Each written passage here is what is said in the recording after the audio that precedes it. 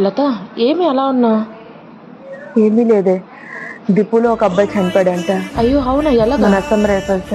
ఎలా అంటే ఏం చెప్తాం, బేసిక్ ట్రైనింగ్ లో ఉన్నాడు. మనకు రూట్ మార్చ్ అవుద్ది కదా, 20 kgs వెయిట్ పట్టుకొని 10 కిలోమీటర్స్ ఒకసారి 20, ఒకసారి 30, 40 ఒక్కొక్కసారి నడుస్తాం కదా. సో 10 కంప్లీట్ అయిపోయింది అంటే 20 కిలోమీటర్స్ రూట్ మార్చ్ లో ఇంకో 1 కిలోమీటర్ లో నేను చేరువైపోతాను, నేను పాస్ అయిపోతాను అనుకున్నాడు. కళ్ళు తిరిగి పడిపోయి హార్ట్ ఆగిపోయిందంటే చనిపోయాడు. ఎంత బాధపడతారో కదా. పాపం వాళ్ళ తల్లిదండ్రులు ఎంత బాధపడుతున్నారు ఉంటారు కదా. ఎన్నో ఆశలతో నాకు ఉద్యోగం వచ్చిందని చెప్పేసి వచ్చారు ఇక్కడికి. ట్రైనింగ్ చేసిన వెంటనే నేను చాలా పాపం ఎంతో కష్టపడి జాబ్ తెచ్చుకుని ఉంటాడు కదా. జాబ్ తెచ్చుకుని 11 months ట్రైనింగ్ అయిపోయిన తర్వాత నేను రైఫిల్ మ్యాన్ అయిపోతాను, మా అమ్మ నన్ను చాలా బాగా చూసుకుంటాను అనుకుంటాడే. అటువంటి తను రూట్ మార్చ్ లో పాస్ అవుతున్నాను అని దీంట్లో చాలా ఫాస్ట్ గా ఎక్కువ ఎఫర్ట్స్ పెట్టేశాడంట.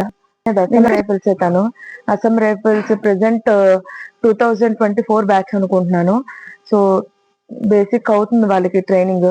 పేడు వాళ్ళ అమ్మ నాన్న ఎంత బాధపడి ఉంటారు కదా. పాపం ఎంత కష్టం అనిపించి ఉంటది కదా వాళ్ళకి. ఎన్ని మాటలేదు మనం చెప్పగలం, కానీ వాళ్ళ అమ్మ నాన్న బాధను తీర్చలేము.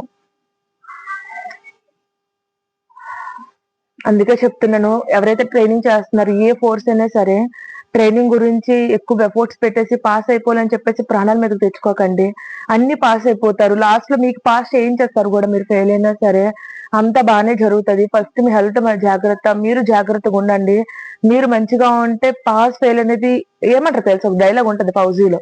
ఫౌజీలో ఎవరు పాస్ అవరు, ఎవరు ఫెయిల్ అవరు, పాస్ చేస్తారు ఫెయిల్ కూడా చేస్తారని చెప్తారు. సో నీ డిసిప్లిన్ బాగుండి నువ్వు మంచిగా డిసిప్లిన్ గా ఉంటే ఎవరు నిన్ను ఫెయిల్ చేయరు. ప్లీజ్ ఈ వీడియో షేర్ చేయండి. ఎవరైతే ట్రైనింగ్ చేస్తున్నారో వాళ్ళకి ఖచ్చితంగా పంపించండి. మీ హెల్త్ ముందు జాగ్రత్త, తర్వాత ఏదైనా సరే.